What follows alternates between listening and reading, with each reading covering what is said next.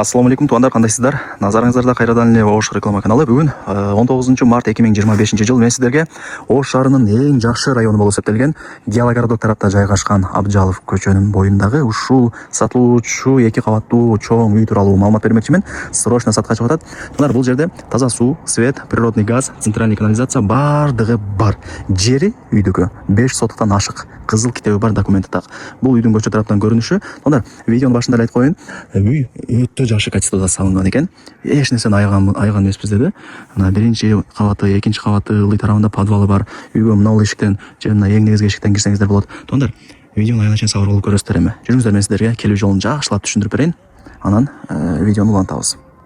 Бул жака сиздер мына Учар, Ак Тилек тараптан кирип келсеңиздер болот. Кааласаңыздар, мына Фрунзенский тараптан чыгып, Абджалов көчөсүнө кирип, түз жүрүп келсеңиздер болот. Картага деле Абджалов көчөсү деп жазсаңыздар чыгат. Эң чоң көчөлөрдүн бири. Көчөлөрү дагы асфальт. Ориентирде туугандар, сиздер Абджаловдун мына ушул садигин алсаңыздар болот. Жогору тарапта Чыңгыз Айтматов деген дагы мектеби бар. Мына садикке жетпей, ушул көчөнүн эле оң тарабында мына ушул үйдү көрө аласыздар. Ушул үй сатка чыгып атат, тоңдар.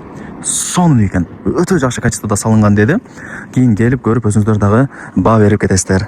Чоң жолдун эле бою. Под бизнес катары дагы колдонсоңуздар болот. Мисалы тоңдар, частный садик ачып койсоңуздар өтө кирешеси жакшы болот. Кудай буюрса, чайхана ачып койсоңуздар болот. Эми варианттары көп. Үйдүн чек арасы туугандарына 4 тарабы тосулган. Ушул жерден башталат забор. Ал жерде болсо ворота.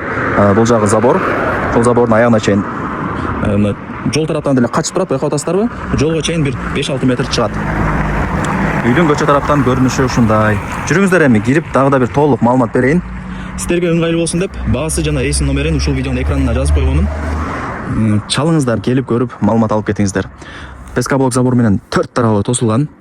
Анан туугандар, мына жолдон деле качкан кыйла. Азымда эсептегенде жолго чейин 6 метр чыгат. Анан условияларына келе турган болсок, таза суу бар, свет бар, природный газ бар. Мына газдын турбаларын көргөзүп коеюн, көп ишенбейт болбосо. Анан центральный канализация дагы бар экен. Жакшы, мындай экинчи Ак Тилек экен, мындай айтканда. Ак Тилекте деле азыр бардык коммуникация барбы? Бул Геологородокто деле уже экинчи Ак Тилек. Суу, свет, газ, центральный канализация бардыгы бар. Үйдүн жери канча дей турган болсоңуздар, 5 сотуктан ашык. Ворота орнотулуп, 4 тарабы мына ушундай бийик пескоблок забор менен тосулган. Жери тегиз. Мына караңыздар, бардыгы жакшы, сонун. Тоңдар, азыр мен үй тууралуу маалымат берейин. Анан чыгып мына жакта кошумча курулуштар дагы бар экен, аны дагы көргөзүп берем. Үйдүн узун турасы 14кө 12, бышкан кирпич менен тургузулган. Биринчи кабаты 4 бөлмө, өйдө тарабы 5 бөлмө, анан подвалы дагы бар. Подвалы 2 бөлмөдөн турат. Ушундай туугандар. Бышкан кирпич, сейсмопоиск колонна орнотулган. Ар бир кабаттын ортосуна монолит плита ташталган. Кыскасы өтө жакшы качествода бул үйдү салганбыз. Эми жумуштарына байланыштуу акча керек экен. Ошол себептен гана сатка коюп атабыз деп мага маалымат берди туугандар. Ушундай, жүрүңүздөр, эми кирип дагы да бир толук маалымат берейин. Кошумча курулуштар да бар дедим го. Караңыздар. Азыр буну аягында көргөзүп берем буларда. Анан туугандар, бул чоң үйгө сиздер мына жакта главный эшик менен кирип чыгып турсаңыздар болот. Же болбосо мына жакта дагы бир эшиги бар экен, бул жактан дагы кирип чыгып турсаңыздар болот. Ушул жактан дагы мына үй сонун болуп көрүнөт экен. Мага лично жакты. Бронированный эшикти ачып кирип келесиздер. Киргениңиздерде прихожка. Так, биринчи кабаты 4 бөлмө. Лестницалары даяр. Үйдүн ичи кумшубак болгон, электромонтаж бүткөн, айнек терезелер коюлган, дрон эшиктер дагы орнотулган. Так, мына жер ошондой бир холл сыяктуу. Бул жакта ТВ зона кылсаңыздар болот, кыскасы варианттары көп. Жүрүңүздөр, мына жогору тараптан баштайын. Действительно чоң үй экен, туугандар. Шашылбай жакшына көргөзүп берейин. Бул жанагы экинчи эшик. Кирсеңиздер мына жакта жанагындай санузел болот.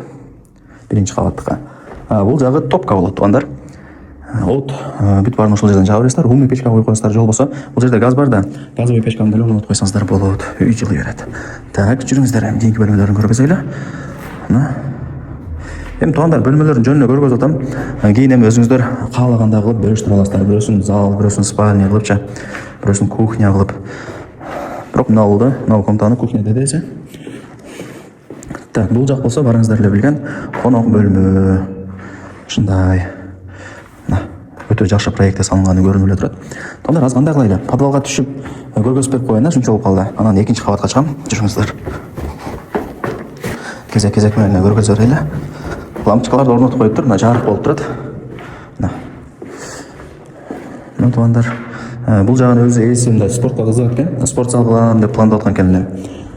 Бул жакты дагы бир склад кылып коет экен эле, ушундай. Туугандар, лестница менен мына экинчи кабатка дагы чыктым. утепление болгон, караңыздар. Пена деп коебу, ошондой пена чачкан, утепление болуптур. Так, бул ошондо ата-энелердин уктоочу бөлмөсү. Бул жакта деле ошондой кумшак болгон, электромонтаж бүткөн. Санузел бул жагы. Так. Мына жак болсо отдельно санузел, ичи чоң экен. А бул жагы мына балдардын уктоочу бөлмөсү. А бул жак болсо туугандар, кыздардын уктоочу бөлмөсү. Ушундай сонун. Так, бул жак болсо дагы бир комната. Жалпысынан биринчи кабаты 4 бөлмө, экинчи кабаты 5 бөлмө. Ошондо 9 бөлмөдөн турган 2 кабаттуу үй. Колдон келишинче ушул чоң үй тууралуу маалымат бердим. Анан мына жерин караңыздар. Пустой болуп турат. Кийин каалагандай кылып өзүңүздөр бөлүштүрүп аласыздар туугандар. Мына ушул жерден сонун болуп көрүнөт экен. Бул жанагы запасной эшиги. Үй действительно чоң туугандар. Узунтурасы 14/12. Так, мына жакта кошумча курулуштар бар дедим го. Азыр мисалы мына жагы үй чочоктун местасы деди. Самор бүт барын ушул жака кылып коерсиздер. Анан үйдүн артында 1,5 метр место деле калтырылыптыр. Мына жака кошумча кичинекей эшик дагы орноткон. Байкап атасыздарбы? Ошол жактан деле отун, көмүр бүт барын алып келип турсаңыздар болот. Так, анан подвалы туугандар мындай. Пөк. Мындай. Пөк деп коебу. Ошону менен утепление болуптур. Пак, кандай сесен тоолун. Мындай зак болбош керек экен да. Подвалчы, ошон үчүн утепление кылганбыз деп эси мага маалымат берди. Ушундай. Лайктан басып, дос тааныш, тууган уруктарга, группаларга ушул сатылуучу үйдүн видеосун жиберип койсоңуздар деле болот, кирип көрүп коюшсын. Так, бул жак кандай комната деди? Эми туугандар, комнаталарын өзүңүздөр кийин бөлүштүрүп аласыздар. Ар кимдин өзүнүн вкусу бар. Бирөө летний времянка кылат, бирөө склад кылат. Ал жагын эми чөнтөгүңүздөргө карап, вкусуңуздарга карап ишти кыла бересиздер. Ал жагы сыртка жакканасы. Туугандар, эми үйдүн баасын айтайын. Канча дей турган болсоңуздар, $170 000 бааланды. Анан кеми бар. Айткан баасында эч ким сатпайт. Сиздер чалып сүйлөшөсүздөр, келип көрүп содалашасыздар. Ала турган реальный адам болсо, биз деле түшүрүп беребиз, сатыш керек деди. Бирок документтери так. Эч кандай проблема чыкпайт. Закон түрүндө баардыгын кылганбыз деди. Кызыл китеби бар. Барыңыздарга ийгилик. Эсин номер ушул видеонун экранында жазылган, колдон чарбаңыздар. Өзүнө чалыңыздар, WhatsApp'тан жазыңыздар.